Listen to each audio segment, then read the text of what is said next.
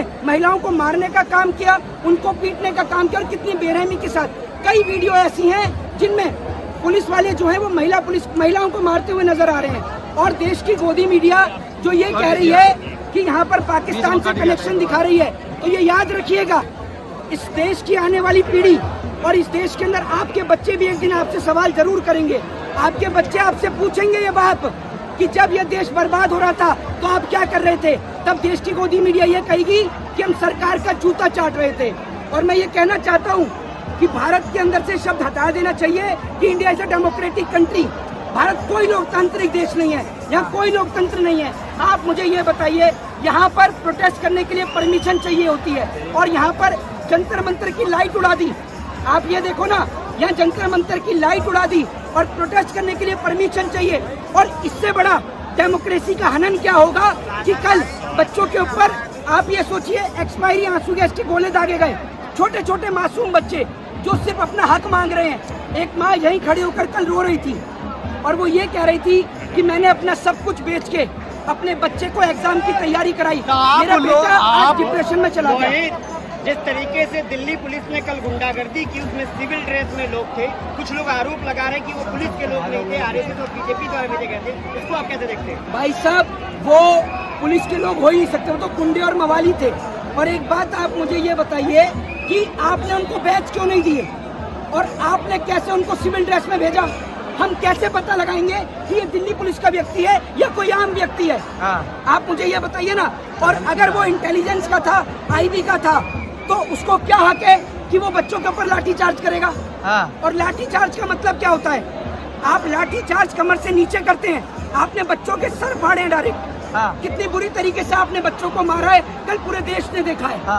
और बड़ी बात ये है कि अगर आप ये सोचते हैं ना कि आवाज दब जाएगी, तो अब या तो हम लड़ेंगे या इस देश के खातिर मरेंगे। हम सिर्फ दो में से एक काम करेंगे। लेकिन सवाल ये है कि आप लोग संसद भवन तक पहुंच जाते हैं, प्रधानमंत्री को छोड़कर जाना पड़ता है वहाँ से, तो आप लोग ऐसा क्यों कर रहे थे? ऐसा है, प्रधानमंत्री तो हमारा एक नंबर का डरपोक है। ये आप याद रखिए, देश के इतिहास का सबसे डरपोक प्रधानमंत्री है।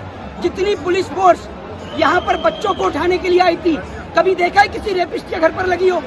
कुलदीप सिंह सेंगर बलात्कारी था, प्रज्वला रेमन्ना बलात्कारी था, कभी लेके गए पुलिस? इतनी फोर्स लेके गए? अमित शाह तड़ी पार था, समझ रहे हैं? आज जो गृह मंत्री बन के बैठा है वो सबसे बड़ा गुंडा है भाई, वो गुंडा है। और गुंडों को ये पता होता है कि गुंडों का इस्तेमाल करना है। उसी ने आरएसएस वालों को भेजा है जो डंडे और लाठी मार रहे थे।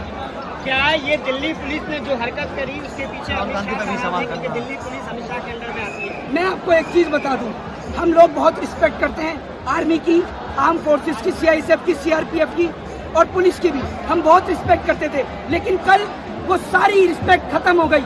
रीजन ये कि ये लड़ाई कुछ बच्चों के लिए नहीं थी, पूरे देश के बच्चों के लिए लड़ाई थी। दिल्ली पुलिस को, आर्मी को हमारा साथ देना चाहिए था। उन्हें कहना चाहिए था सरकार को कि हम बच्चों के ऊपर लाठी चार्ज नहीं करेंगे, लेकिन बेरहमी के साथ मारा उन्हें। शर्म आनी चाहिए पुलिस को भाई, शर्म। और डूब के मर जाना चाहिए। उनके बच्चे जब उनसे कल सवाल कर रहे होंगे तो क्या जवाब दिया होगा उन्होंने अपने बच्चों को? जब से बीजेपी आई शिक्षा पर वार करी, क्या ऐसा कारण शिक्षा पे वार करी बीजेपी? भाई ऐसा है, शिक्षा वो शेरनी का दूध है, जो पिएगा वो दहाड़ेगा। और अगर पढ़ेगा इंडिया तो भाजपा के अनपढ़ गंवार जाहिलों से सवाल पूछेगा इंडिया, जिस सवाल का जवाब भाजपा के नेताओं के पास नहीं है। समझ रहे हैं आप? इसलिए ये चाहते हैं कि इस देश का युवा अनपढ़ रहे ताकि उससे कोई सवाल ना पूछ सके सरकार से। इनका कौन सा नेता पढ़ा लिखा है, आप मुझे बताइए? वो प्रधानमंत्री जिसको बेटी बचाओ बेटी पढ़ाओ नहीं बोलना आता, वो पढ़ा लिखा है? वो बिना टेलीप्रॉम्प्टर के बोल नहीं पाता। सबसे बड़ा जाहिल वो है। और जो देश को अपना परिवार बताता है, जो अपना परिवार था उसको छोड़ के आ गया, देश को परिवार बता रहा है। क्या भारत का पार्टी एबीपी की पत्रकार है, वो कह रही है कि ये छात्र नहीं गुंडे हैं, ये लोग नेपाल और बांग्लादेश जैसा हाल करना चाहते हैं सदन में घुस करके। हाँ, ये तो सारे छात्र जो है गुंडे हैं। वो अमित शाह का बेटा देशभक्त है ना? अमित शाह का बेटा देशभक्त है और इनकी औलादे देशभक्त हैं। ये सरकार का जूता चाट रहे हैं, सरकार के तलवे चाट रहे हैं। और वो वहाँ पर प्रधानमंत्री टॉफी दिखाते हैं तो यहाँ टॉफी का प्रचार करते हैं, भेलपुरी खाते हैं तो भेलपुरी का प्रचार करते हैं। जितना बरेली के बाजार का झुमका नहीं गिरा ना, उससे ज्यादा मीडिया का स्तर गिर गया। ये आप समझ लीजिए। एक और पत्रकार है रूबिका लियाकत गोदी मीडिया की, वो ये कह रही कि इस आंदोलन में पत्रकारों की मॉब लिंचिंग करने की कोशिश की गई, पत्रकारों की मॉब लिंचिंग करने की कोशिश की गई। कौन से पत्रकार की मॉब लिंचिंग हुई है जरा बताइए। रूबिका लियाकत कह रही है। रूबिका लियाकत यहाँ आई थी रिपोर्टिंग करने, वो तो जब उनके डैडी जाते हैं ना विदेश में वहाँ कवरेज देती है, यहाँ थोड़ी आई। कहाँ है, कौन सा आया? अंजना ओम कश्यप आई यहाँ, रूबिका लियाकत आई। ये वो लोग हैं जो विदेश में जाके रिपोर्टिंग कर सकते हैं लेकिन इंडिया में नहीं आएंगे। पापा की सरकार है ना, पापा नाराज हो जाएंगे इनके, इसलिए नहीं आते यहाँ। ये समझिए। मोहित भाई, लगता है कि जेनजी ने भारत सरकार की नींव हिला दी है इस प्रोटेस्ट के बाद? कोई शक है? कोई शक है आपको लगता है? और बड़ी बात ये है, मैं यहाँ जितने मेरे भाई खड़े हैं सबको सैल्यूट करता हूँ यार। बॉस, आप लोगों के ऊपर इतनी लाठी चार्ज हुई, इतना मारा, मैं खुद यहाँ था भाई, मेरे खुद शोल्डर पे डंडा लगा, लेकिन मैं आप लोगों को सैल्यूट करता हूँ।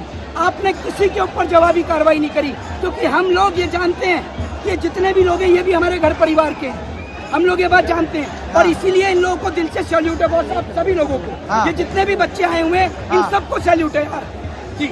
लेकिन पहली बार जो जेनजी को देखा कि पुलिस से आंख में आंख मिलाकर बात कर रही थी, बड़े बड़े पुलिस हम कोई चोर डकैत गुंडे नहीं है हाँ। तो पुलिस से डरेंगे, हाँ। समझ गए? पुलिस से डरता है देश का गृह मंत्री जो कि वो तरीपार था, पुलिस से डरते इनके नेता जो रेपिस्ट और बलात्कारी हैं। हाँ। ना हम गुंडे हैं, ना रेपिस्ट है, ना बलात्कारी हैं। हम अपनी माँ से ज्यादा अपनी भारत माँ से प्यार करते हैं। हाँ। और हम इसके लिए अपनी जान भी दे सकते हैं। हाँ। ये जो बच्चे आए हैं ना, अपना घर परिवार छोड़ के आए हैं सिर्फ इसलिए ताकि हमारी आने वाली पीढ़ी को अच्छा भविष्य मिल सके। हाँ। जो इनके साथ हुआ वो किसी और के साथ ना हो सके, सिर्फ इसलिए यहाँ लड़ने के लिए आए हैं। मोहित, याद रखिए। बीजेपी की एक सांसद है कंगना रनौत, वो ये कह रही है कि जनता ने मोदी को चुना है और मोदी ही ये फैसला करेंगे कि कौन मंत्री रहेगा, किसका इस्तीफा होगा। ऐसा है, पहली बात तो ये है, मुझे ऐसा लगता है कि वो जो चांटा पड़ा था ना एयरपोर्ट पे, अब उसकी जलन ठंडी हो गई है, समझ रही हैं? और कंगना रनावत जो कह रही है कि चुना है, जनता ने चुना था, मोदी जी ने चूना लगा दिया, समझ रहे हैं आप? और दूसरी बात ये है कि कंगना रनावत जो है सब जानते हैं उनके बारे में। हाँ। उनके बारे में तो बोलने की जरूरत ही नहीं है। मैं तो उनको ये समझता हूँ कि उनका मानसिक संतुलन खराब है। हाँ। उनकी तो आप चर्चा ही मत करिए। कौन है कंगना रनावत, क्या है ये? मंडी की सांसद। कहाँ की? मंडी। थोड़ा ठीक से बोले करो बड़े भाई, समझ रहे हैं? पूछो यार। दिल्ली पुलिस ने छात्रों पर जो बर्बरता के, क्या लगता है न्याय मिलेगा इस बार? न्याय मिलेगा, कानून देगा न्याय? भाई साहब, मैं आपको लिख के दे रहा हूँ, जिस दिन इस देश में सत्ता परिवर्तन होगा, जिस दिन इस देश के लोग की सबसे बड़ी गलती पता है क्या है? सबसे बड़ी गलती ये है कि आज ये प्रोटेस्ट है तो लोग इकट्ठा हैं, लेकिन कल सब भूल जाएंगे। परसों जाकर जब इलेक्शन होगा तो फिर दोबारा जाति के नाम पर, धर्म के नाम पर, मजहब के नाम पर वोट देंगे, जबकि इनको शिक्षा के नाम पर, हेल्थ के नाम पर, बेरोजगारी के नाम पर वोट देना चाहिए। वो ये लोग करते नहीं हैं। हाँ। तो दिक्कत हम लोगों में भी है भाई। हाँ। हम लोग कास्ट देख कर वोट देते हैं, हाँ। जबकि हमें नेता देख कर वोट देना चाहिए। क्या लगता है इस आंदोलन का भविष्य क्या होगा? क्योंकि दिल्ली पुलिस कभी सोनम वांगचुक को शौ की तरह उठा कर ले जाती है, कभी युवाओं पर लाठी डंडे चलाती है, तो क्या इस देश का युवा डरेगा या लड़ेगा? देखिए, इस देश का युवा भगत सिंह को मानने वाला है, ये याद रखिएगा। हम RSS के लोग नहीं है कि हमारे गुरु सावरकर होंगे या हमारा गुरु वो होगा 2.25 आंख वाला रामदेव जो सलवार पहन के भाग गया था रामलीला मैदान से। हम लड़ने वाले लोग हैं, हम भगत सिंह को मानने वाले लोग हैं, और हमें खुशनसीबी होगी हमारी कि हमारा खून इस देश के काम आएगा। हाँ। ये याद रखिएगा। हम भी चाहते हैं कि हम इस देश के खातिर शहादत दें, हाँ। ताकि हमारे भी किस्से हमारी आने वाली पीढ़ी पढ़े कि जब ये देश गुलाम हो रहा था तो हमने लड़ाई लड़ी और लड़ते लड़ते लेकिन जो इस मुल्क के लिए शहीद हो गए। जो लड़ने